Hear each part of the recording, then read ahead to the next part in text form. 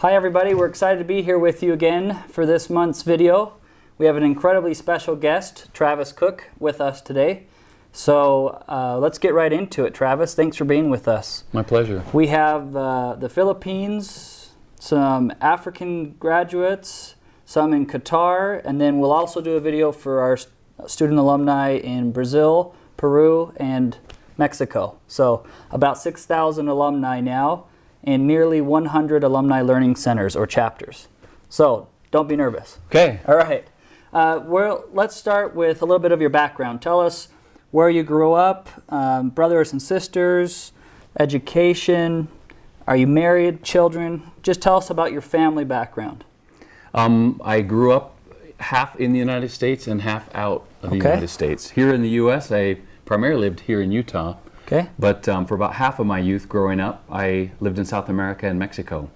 And so learned Spanish down there and had an awesome time. I lived down there because my dad works for the church. Well, let's hear, who was your dad? The students will love to know who your dad was. It's Elder Gene R. Cook. Wow. So you lived in Mexico and then where in South America? In Uruguay, Ecuador, and Peru. So when I was down in the area offices in Peru, I saw some pictures of your dad. So now you're married. Yep. Okay, let's start back. You are married and you have children, and where'd you go to school and what did you study?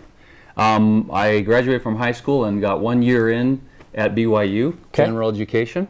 Went on my mission to Mexico City for 2 years and was an awesome experience. And then completed BYU with an undergrad in business. Great. With an emphasis in information systems. Back then they didn't have real entrepreneurship, or I might have been in that, but then I went immediately, as in like the very same month I graduated from BYU, I went to the University of Utah for my MBA. Okay. Also with an emphasis in technology. Great. And graduated 2 years later. When did you get married? In 1993. It's been 20 years. Were you a BYU student? Uh-huh. Okay. Yep, halfway through school. And you met your wife at school? Actually, no. I met my wife in Ecuador. Oh, wow. Her family was also living down there. Her dad works for the church. Wow. And our families got to know each other, and we met up years later. Very good. At my brother's wedding reception. Okay. How many children do you have? We have 4 kids. Any missionaries? You're heading out. Where's he headed? My oldest, he's 18, and he has his mission call, and in 2 months, he heads to Chile Concepcion. Wonderful. And then I have a 16-year-old boy, a 14-year-old boy, and a 9-year-old girl. 3 boys and a girl. Yep.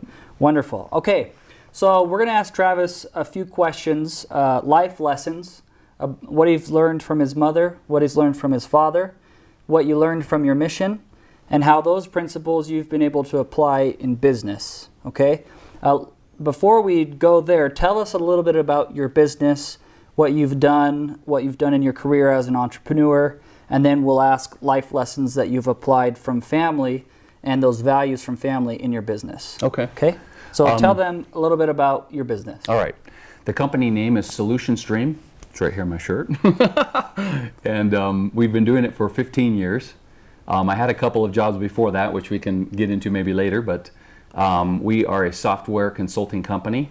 We build web applications, mobile applications, websites, and enterprise software for medium and large-sized companies. We have about 100 employees.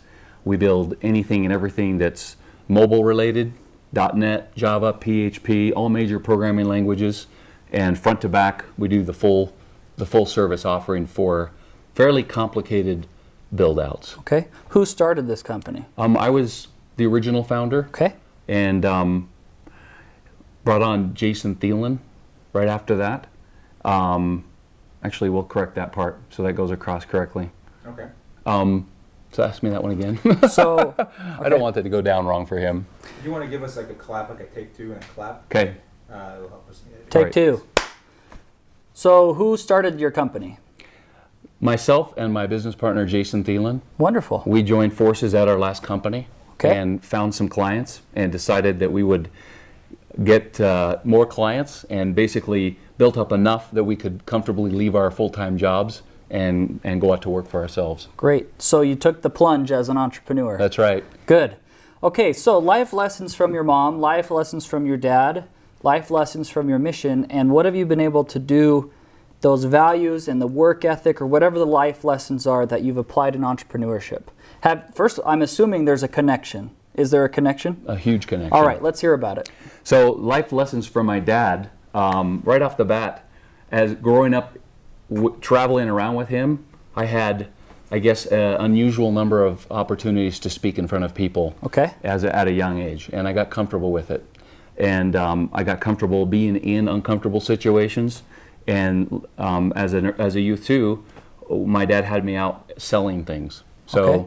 they were crazy things to sell. Like what? But like we made grapevines with flowers on them and sold them to the neighbors. We would pick up people's Christmas trees after Christmas off the street and take them to the dump for $2. Nice. We would do weeding. We'd do all kinds of things like that.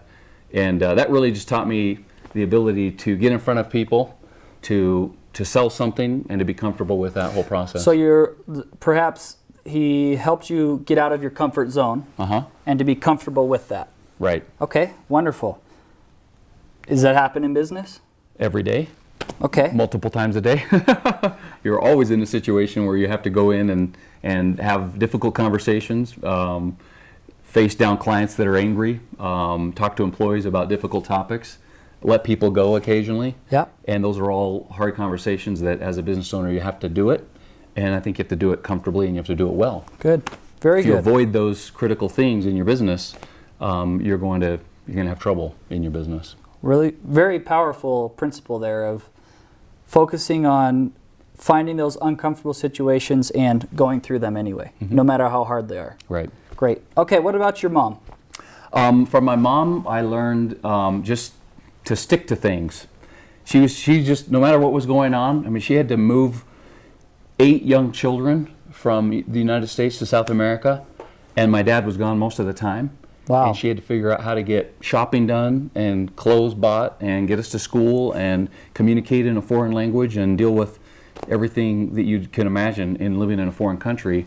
And she just did that. She did whatever she had to do that came her way, that was difficult, that required her just to focus in. She always did it with a smile, and she did it like a pioneer, you know. So she was okay with, I mean, that's hard to do. I had a hard time moving with my 6-week-old daughter to Mexico when she was born. I can't imagine 8, did you say 8 children? 8 kids, and one of them was actually 3 weeks old the last time we did that in Jeez. 1985. Okay. 8 kids, an infant, and then my dad gone, and So all the just time. do hard things. That's right.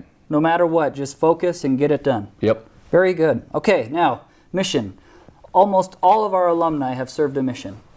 And you've served a mission and I have served a mission. And we all have different experiences. But what is a strong lesson you've learned from your mission that you've been able to apply in business?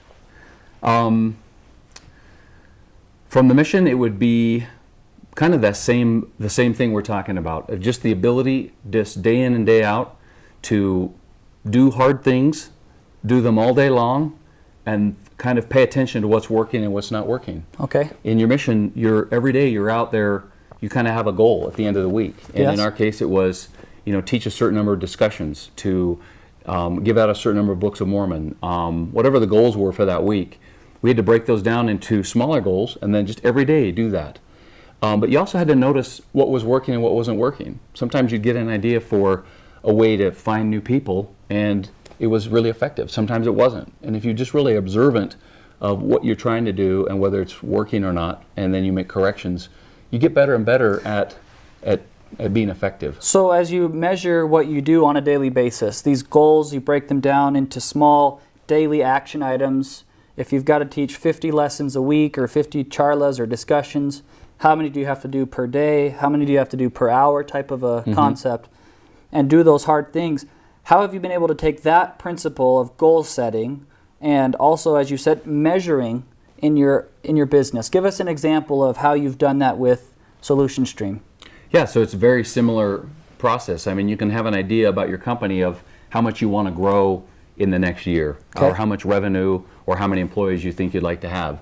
Well, you need to break that down into quarterly and into monthly goals. Great. And make sure that each of those monthly goals is achievable.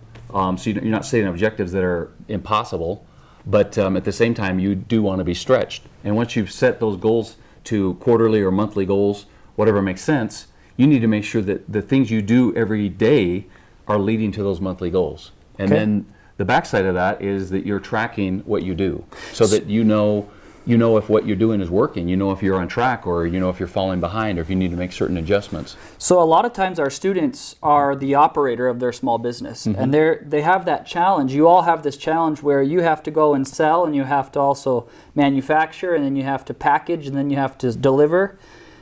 As a manager, because you have 100 employees, that's a lot of people. Right. Are you the one out on the day-to-day grind in the sales force meeting the customers, or is your major focal point managing the employees who are out doing those, sales and marketing and delivering the service? What do you do on a daily basis? It's shifted. For the first 5 years of the business, easily, my business partner and I were definitely the people that went out and we did everything. We did the sales, we did the finding, we did the project management, we did the communication with every single client. You did it all. Every day-to-day thing that had to be done, we did it, including taking out the trash, cleaning the office, Yep. whatever had to be done. So that's the infancy stage That's of a right. business. So for you, it was 5 years where you did everything. That's right. You were the cleaner, you were everything. Mm-hmm. Okay, what happened after those 5 years? Approximately for the next 5 years, we hired a person who would come in to do the day-to-day. Okay. He's our general manager, and we identified his talent and his ability to come in and start to transition and take over the day-to-day activities. He had some skill sets and things that he could do better than Jason and I, and that's why we hired him. So that was probably about a 5-year process of bringing him on and watching closely, but making sure that that transition was happening effectively. Very good. Okay, and now 5 years after that. Yeah, the next 5 years has been a lot more hands-off management, where we're involved on a weekly basis. We're involved in managing the people who manage the people, Yep. and more strategic issues, knowing that Chad is managing the day-to-day business.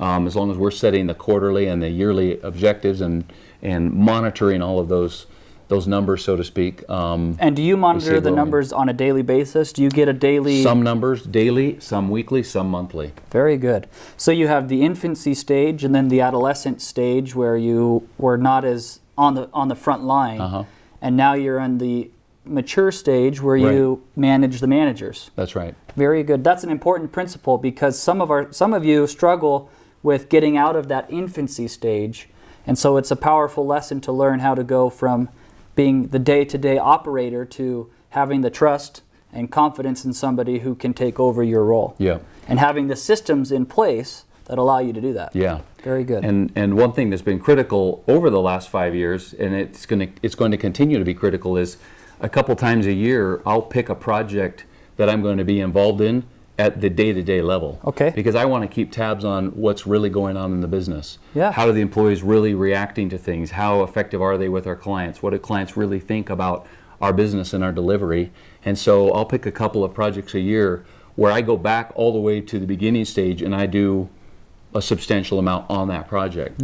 So that I know what's going on, because for me the worst thing in the world would be to see it go to mature to, this mature business, lose touch with it, assume that everyone has it covered, and then wake up one day or 1 year and realize that my business is going off the cliff because I didn't stay close enough to where the business actually happens. A lot of times I hear you students, when you graduate, say, I can't wait to get to the position where I don't have to be in the office every single day or be involved. And I know very few entrepreneurs who are very happy sitting on the beach every single day of their lives. Right. We love to be with the people and with the managers and, like Travis said, on the front line because it keeps us involved. And so would it be safe to say you never fully just are done? You're always involved with your business. It's never you just get to a point where you're all done and you're on the beach every single day. Yeah, I wouldn't ever see that happening unless I decided I was officially done And retire. and then I retired and I had the company buy me out. And you'd be at that done. point I would have a deal that I would like, that represented how much the business was worth to me, and then I could go away comfortable that I was going to be paid that. But I wouldn't ever just try and be in both worlds. Yeah. So you'd move to the Philippines. That's right. Yeah. Good. Let's end with two quick rules of thumb or principles of business that Travis, when I was talking with him last week, we went to lunch, and I really loved what you said, and it was under commit and over deliver. And then the second one is follow through. Uh-huh. Talk to our students in just for a couple of minutes as the end of this interview. Okay. And just give them what you told me and taught me last week at lunch about those two principles: under deliver, under commit, over deliver. Right. So you want to under commit and over deliver and follow through. Mm-hmm. So let's go ahead. Okay. So in our business, and I think it's probably true for most businesses, we deal with clients that frequently they have huge expectations. They have a certain amount of money they're willing to spend for our services to build their website. Yep. And they usually have enormous expectations. We've gotten ourselves into trouble early on, frequently, by promising everything that they asked for. Okay. And acting as if we could deliver perfectly and everything would just go ideally. And that hardly ever happens. But we felt a lot of pressure to kind of commit to that because we wanted the deal. You wanted the clients. We wanted the client. We wanted to win their business. And so sometimes you actually get yourself in even more trouble because you overpromise all the delivery and then you end up cutting your cost down to deliver, and it makes this huge gap of reality, Yep. almost impossible to fill. And then you end up with unhappy clients, and then you're not paid enough, and that's a problem, obviously. So you overcommitted by promising to fulfill expectations, and you under-delivered. Under-delivered. And you want to under-commit and That's right. over-deliver. Yep. So promise less, but give more. Yes. Okay. So those were early mistakes we made as we were figuring out our business and trying to understand how to best sell it and then how to best deliver. What we discovered in the first years of operating is that projects went much better when we found clients who trusted us and when we would set the expectations lower than perfect. A little lower, yeah. And then try to exceed those expectations. Very good. And then you have clients who feel like, this is what they told me they would do, this is what they actually provided, and it's great. Love it. We're happy with that. Great. When in fact, that was all of it. It was all very achievable. You didn't need to promise clear up here and then only deliver here. If you promise here and then deliver here, everyone's happy. So that kind of goes to the second point, which is follow through. Uh-huh. Talk to the students a little bit about follow through and the importance of following through. So I think follow through is just one of the most basic principles that you should live by in all aspects of your life, aside from business, in home environment, in church callings, in everything. I think that it's very important to be an integrated person, in that if you say you're going to do something, you do that. And so I like to keep close tabs on what I have committed to people that I will do. In fact, Yeah. I write it down. And I kind of think about all my most important relationships, including business. Yep. And I think, what is this person expecting or needing from me? What have I committed to be providing to them? Yes. And I try and put myself in their shoes and understand, what are they expecting? And then that's what I try to deliver, so that people who interact with me can rely on me. I mean, really, we're all just trying to get something done here, whether it's life, church, family, business, and you need to rely on other people. And Yes. it's frustrating for everyone to have people that you rely on, but they're just not there when they need to be. They don't didn't follow give through. you what you needed. They weren't on time to the meeting that's supposed to happen. They're not Yes. meeting your needs. And you end up kind of searching for other people that do that. And I don't ever want to be that person who's the person who they're thinking about that is not going to deliver. So it's the most basic thing of. So what would you advise our graduates to do today? If you could challenge them to do one thing today, what would you challenge them to do?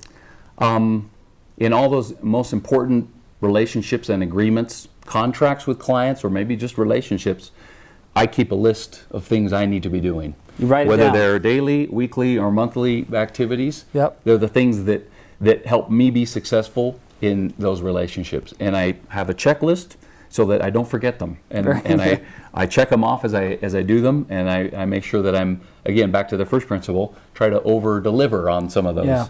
You know, that's just have a list and know what you're supposed to do, and then do it. It's that basic.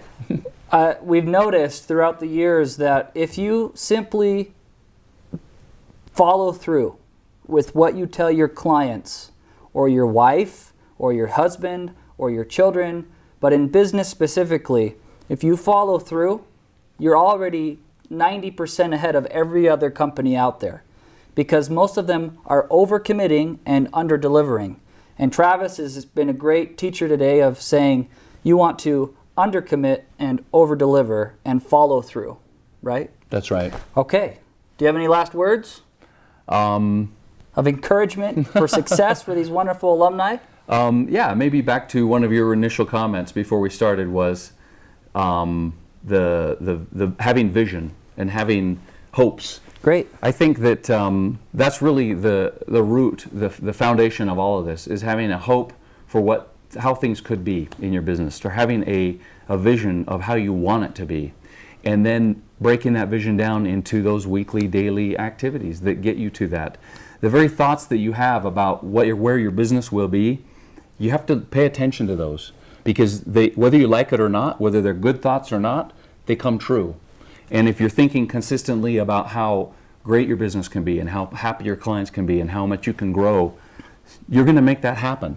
If you're thinking about the opposite, if you're negative, if you're down on yourself, you're going to make that happen too. Yeah. So I like to just be very aware of the thoughts, because those are seeds, and in a few years they grow into mature plants, if you will. Yep. I want to make sure that what I've planted is what I actually want. Great. Because it's going to grow.